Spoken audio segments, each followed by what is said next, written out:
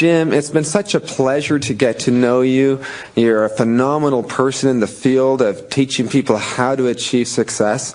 You've been doing it for many decades, and you have a very unique story on how you got started in all of this. Can you share that with us, please? Sure, I can. I grew up in Idaho, farm country, little small village, southwest corner of Idaho. My father still lives on the old homestead where I grew up, overlooking the Snake River. He'll be 92 his next birthday, and he still hasn't retired. I went to high school, graduated, went to college 1 year. Foolishly, halfway through my second year, I decided I was smart enough and quit, got me a job, went to work. A little while later, got married, started a family, and out there working hard, doing what I thought was the best I could. But year by year, I kept falling a little further behind, purchasing more than I could pay for on time. The creditors starting to call once in a while saying, hey, you told us the check was in the mail. I'm getting embarrassed by it all, but didn't really know what to do. By the time I reached age 25, I got pennies in my pocket. I got nothing in the bank.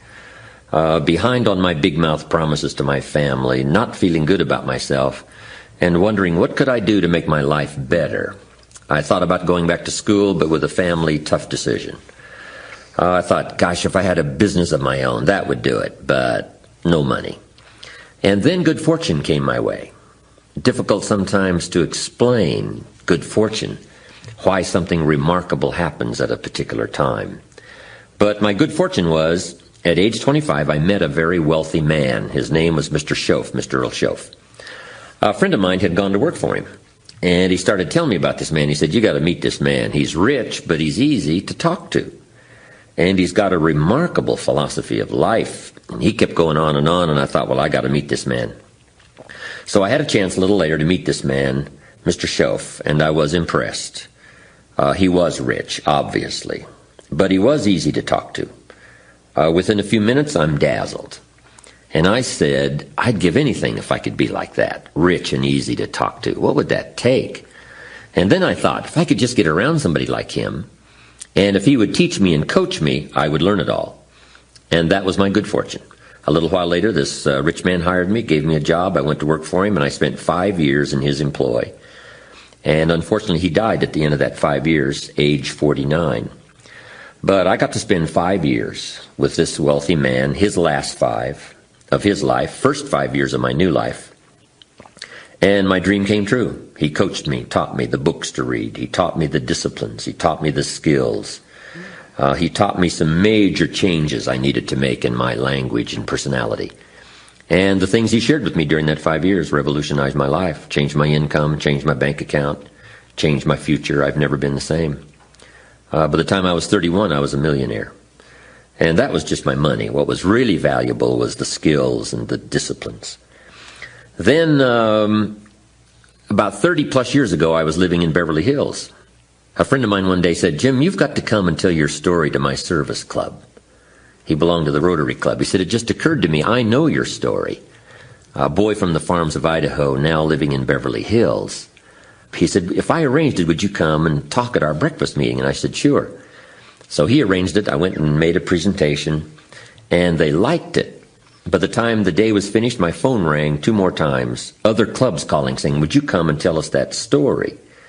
So before long, I was spending a piece of my business time giving these breakfast talks and luncheon talks. And then one day, a man who heard my talk about 3 times said, would you come and talk to my management and salespeople?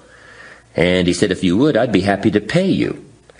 And I thought, wow, wouldn't that be something? Tell my story and get paid.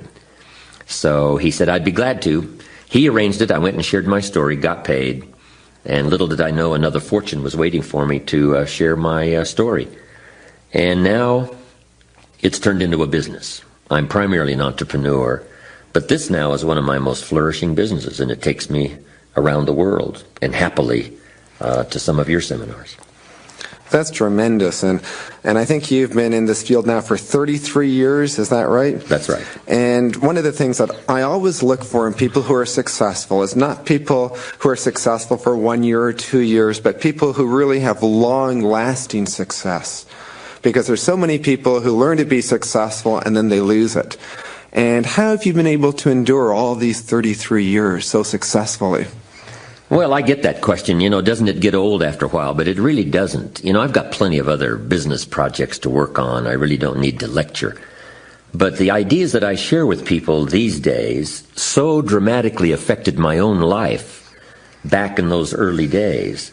I never get tired of sharing the story and the principles, the things that changed my income, my bank account, my outlook on life, got me setting goals, building a library, working on disciplines that I never thought I could master, that I did, in sharing all those ideas with people, then getting the letters and the phone calls.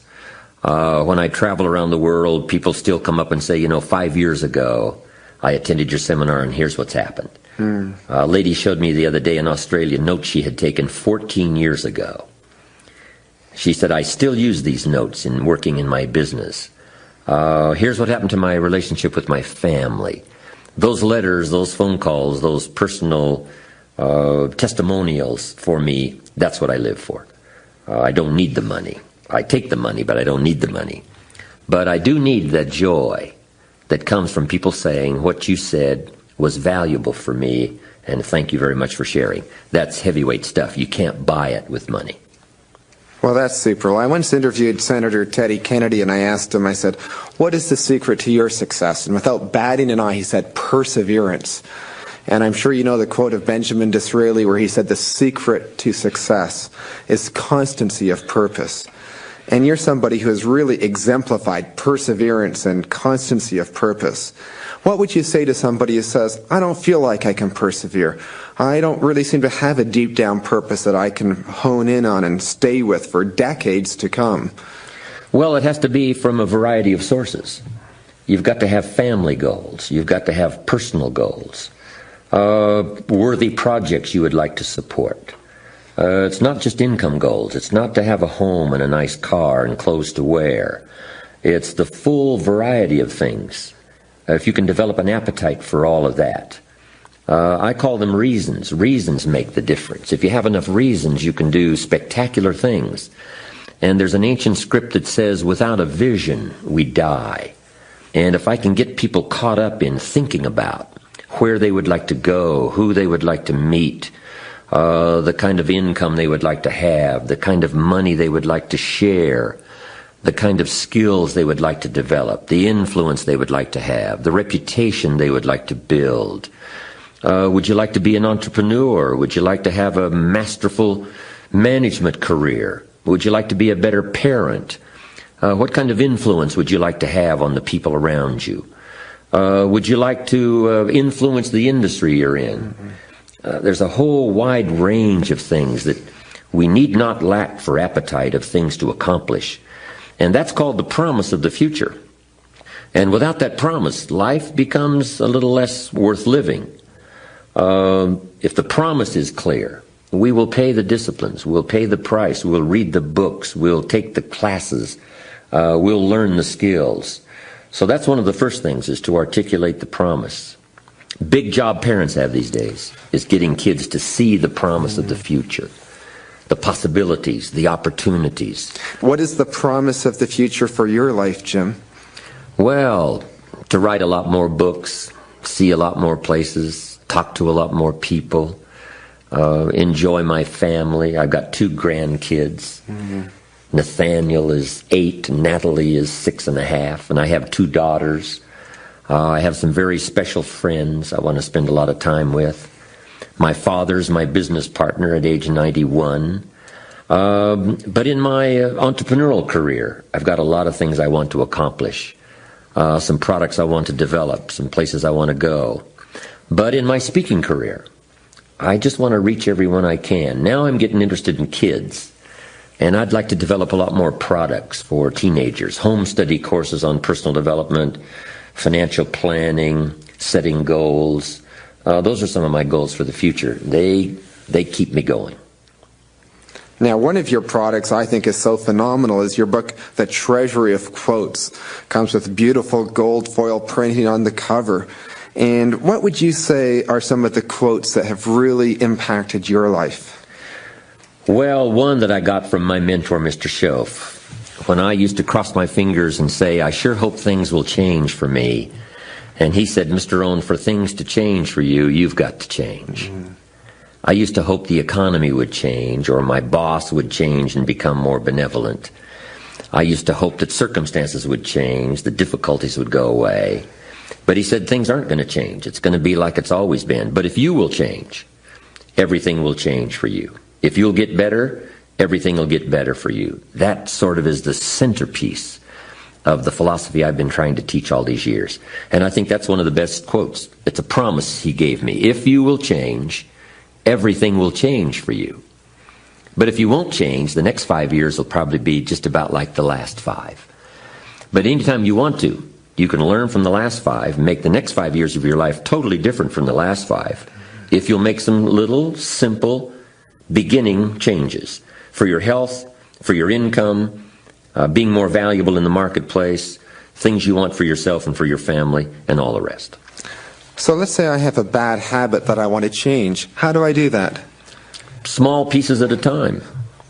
Best is to substitute a poor habit with a good habit. If you've got some bad habits as far as your health is concerned, if you start some good ones. My mama taught an apple a day.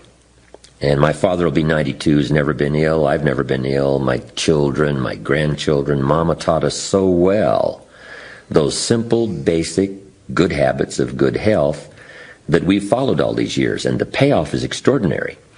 So maybe you've got something like smoking maybe that you shouldn't do. But rather than just trying to quit that, what if you started something positive and you got so inspired about doing that, that inspired you then to start changing something that was negative? Now, you're somebody who obviously has researched success. You philosophize on business and on people's lives, and you reflect on life. How would you define success? What does it really mean to be successful? For me, success is simply the steady progress toward predetermined goals. Success is not a, quote, stereotype. That you got to live in a certain home, drive a certain car, earn certain money, have money in the bank. That's really not success. If a man says to me, hey, I'm soon going to cash it all in, I'm heading for the mountains, I'm going to live off the land, I'm going to feed the squirrels the rest of my life, and if he cashes it in and goes and does that, to me, he's a smashing success. We might not call him, quote, successful if we looked at his life or his lifestyle. But if he is enjoying the product of his own dreams or is making progress in that direction, to me, he is successful. Success is looking at your own desires, looking at your own possibilities, and then stretching yourself and seeing if you can become all that you can become, earn all that you can earn, share all that you can share, make steady progress in that direction. To me, that's success. Well, that's great. Now, you've traveled all over the world like we've talked about. As Americans, what are some of the lessons we could learn from people in other cultures concerning life and achieving true success in life? Well, a lot of the immigrants now that come to America from other countries have taught us some great lessons. They're some of the best students in school. The Russians that came to Israel, I'm telling you, they're now the leaders in industry. They are so grateful for liberty and freedom and for a chance. They need no guarantees. They don't need to be taken care of. All they need is an open door, a ladder to climb, a place to start, somebody to give them a chance, and away they go. And I think we've had it so easy in America for so long that we have lost that sharp edge. And who knows, all the shake-up these last few years, the walls have come tumbling down. But in America, we need a whole new sense of personal drive, personal ambition, that will take whatever we got and see what we can make out of it. If it's pennies, we start with pennies. If it's painful, you start painful. You know, if you're ill, you start ill. If you don't have much of a chance, you just start with not much of a chance, but see what you can make of it. And I think some of the people in other countries now where freedom is finally intact, the walls have come down, that are starting that journey could teach us a lot about taking what we've got, making something valuable out of it, rather than expecting someone to give us something. Well, Zig Ziglar cites a study that shows that legal immigrants to America are 4 times more likely to become millionaires than native-born Americans. And I shared with you earlier how I grew up in India. And I'm really very grateful for that opportunity because it really underscores to me the tremendous opportunities that we have in America. For the person who's always lived in America and maybe never seen anything different, what can you say to them to really help them appreciate and be grateful for the tremendous opportunities they have? We need to be reminded, that's what seminars are for, like you're putting on. Vitally important that people come and hear the message one more time and be reminded of all of the opportunity that's available.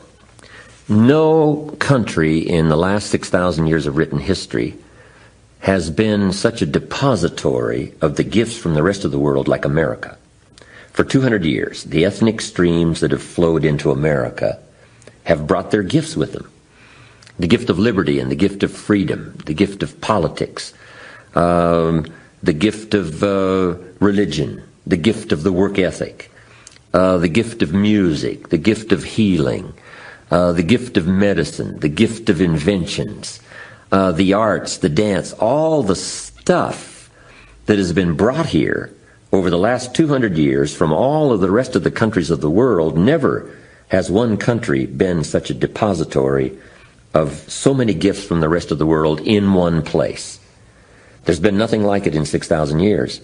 And not to appreciate it or to develop a cynical attitude about it because it came from such a diversity of ethnic streams would be such a great mistake.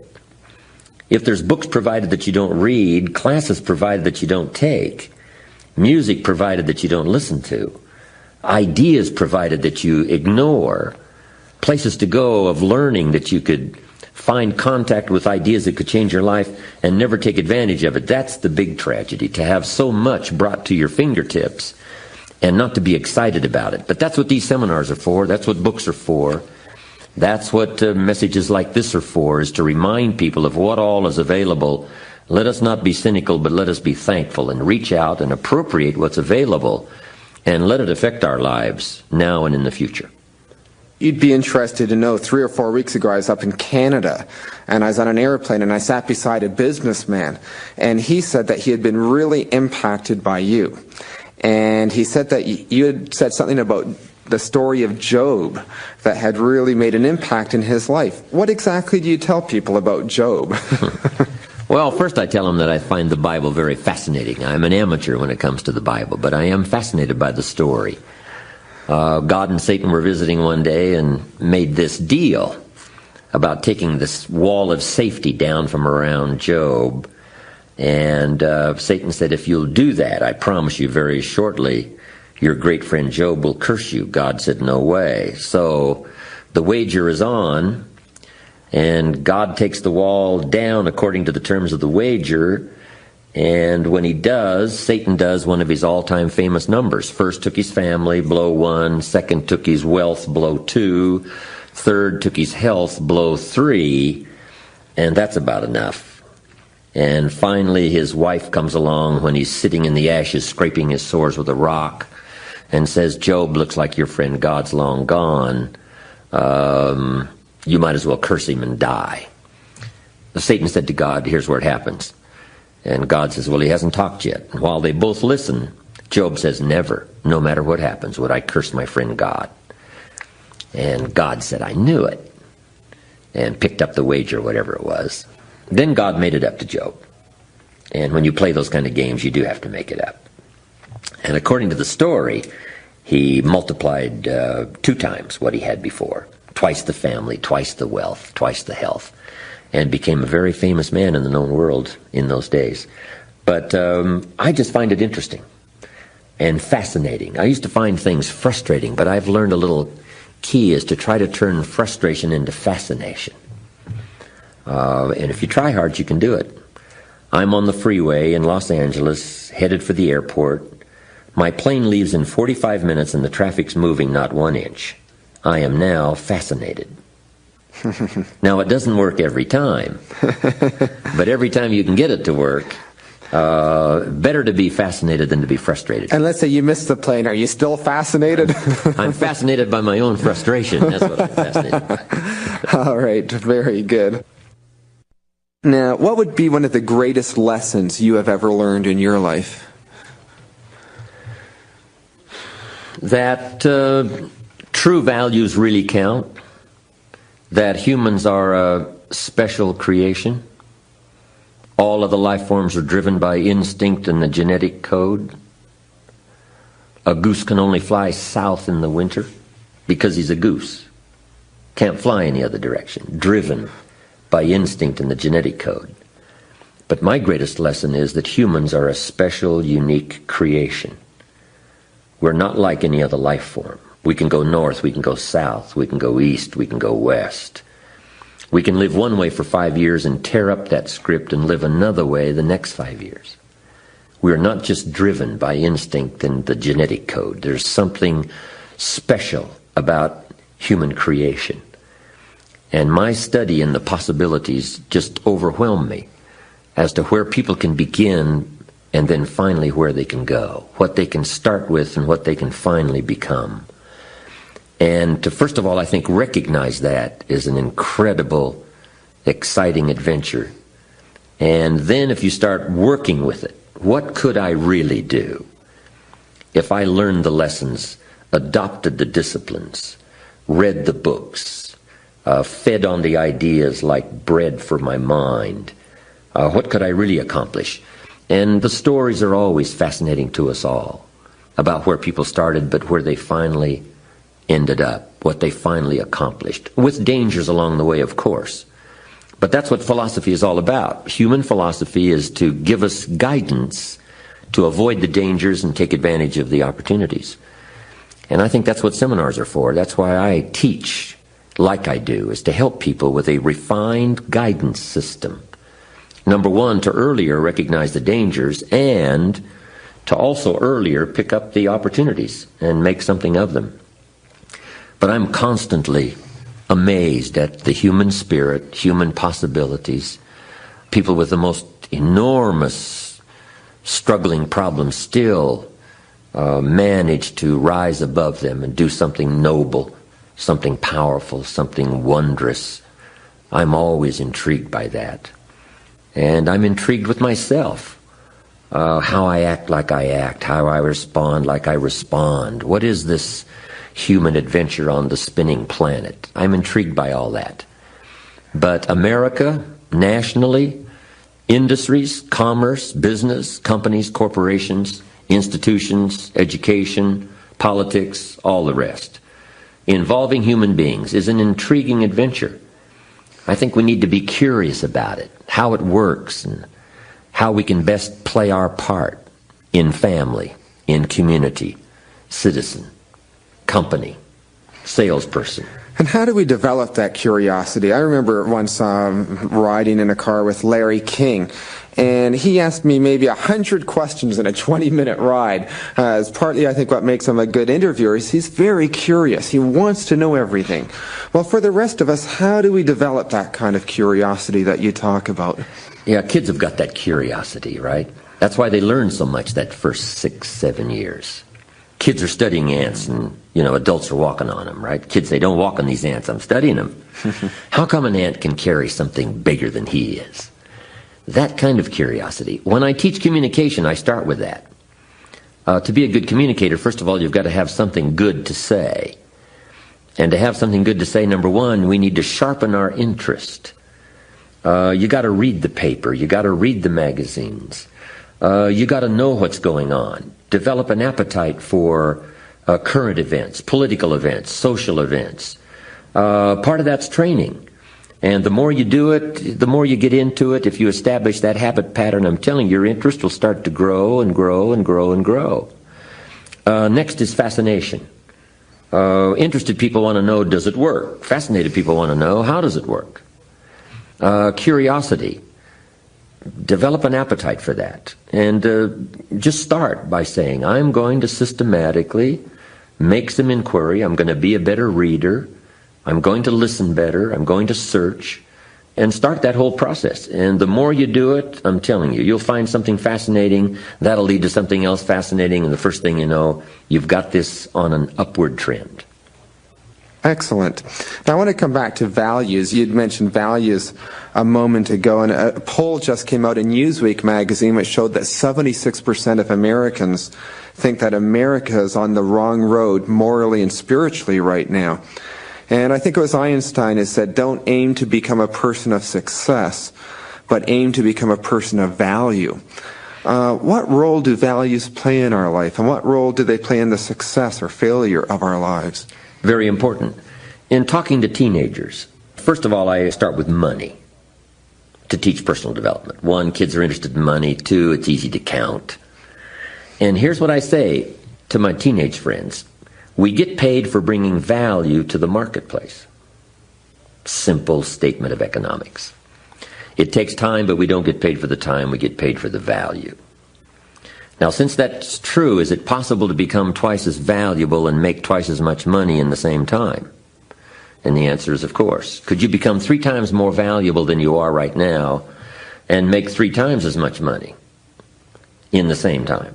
And the answer is, of course. Could you become 10 times more valuable than you are right now to the marketplace and make 10 times as much money in the same time? Now, first we're talking money, talking economics. And the answer is, of course.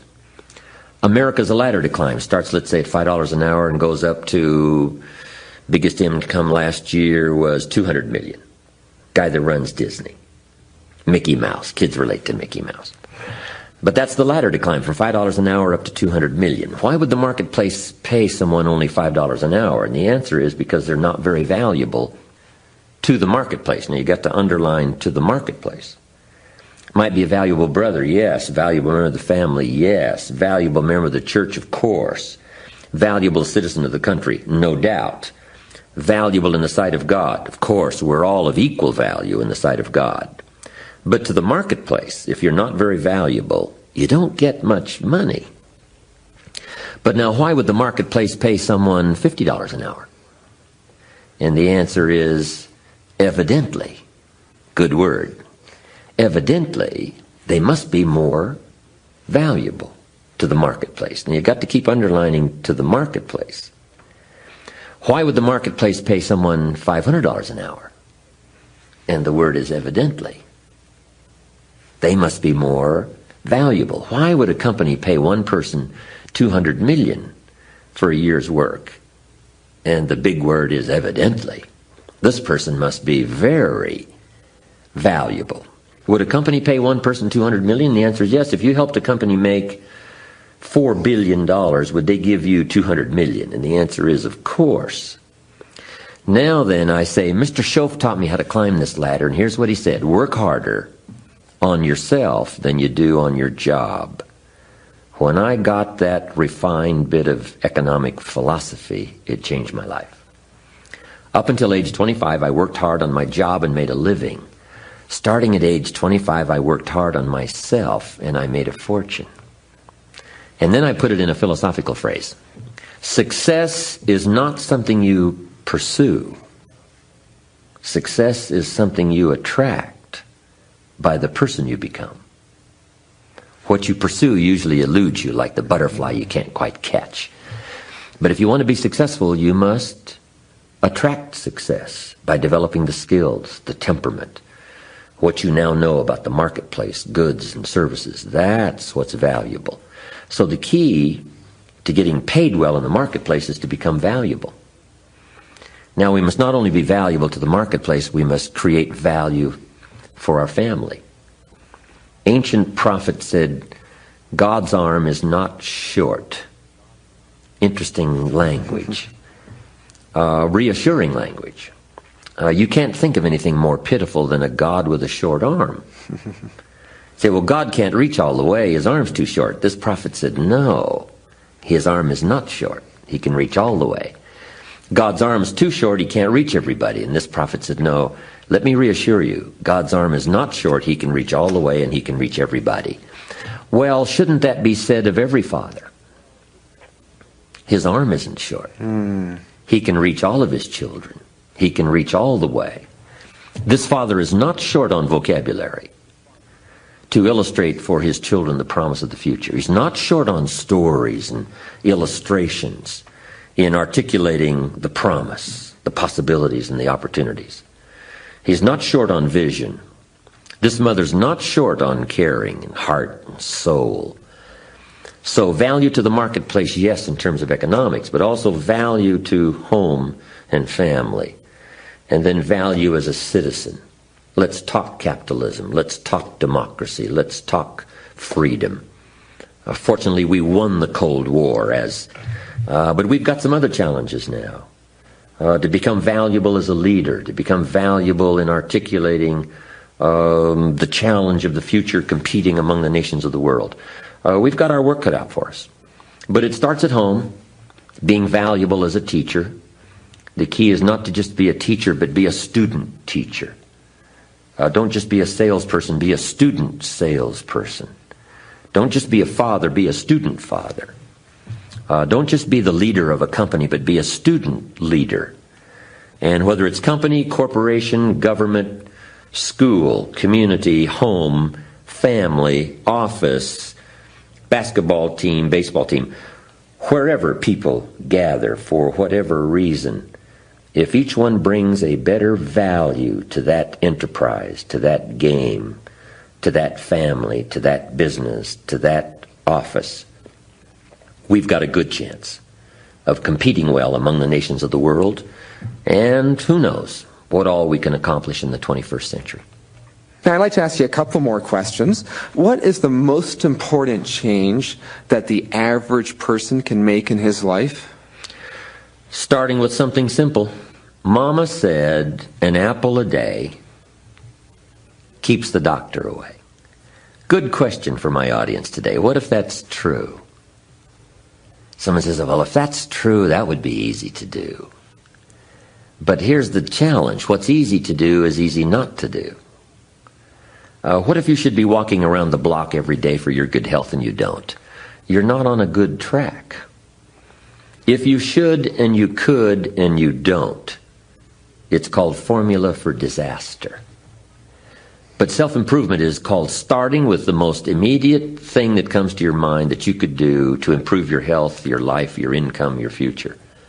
And if it's an apple a day, start there. If it's a walk around the block, start there. If you need to build your personal development library, go get a book and say, this is the next book of my new library. If you need to attend a seminar, go. If you need to keep a journal, Mr. Schoaf taught me to keep a journal starting at age 25. It represents a major part of my library. My own journals, notes that I've copied over the years, little poems I've written down, things that I've gathered that are invaluable to me, my business, as well as my lecturing career. Go get a journal. Start with an apple a day.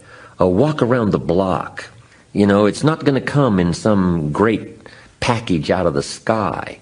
But each little thing you start with called self-improvement, whether it's health or sign up for a class that you've been intending to take and you've put it off. Neglect does us all in. Neglect has us by the throat, shutting off air supply, money supply, and every other supply.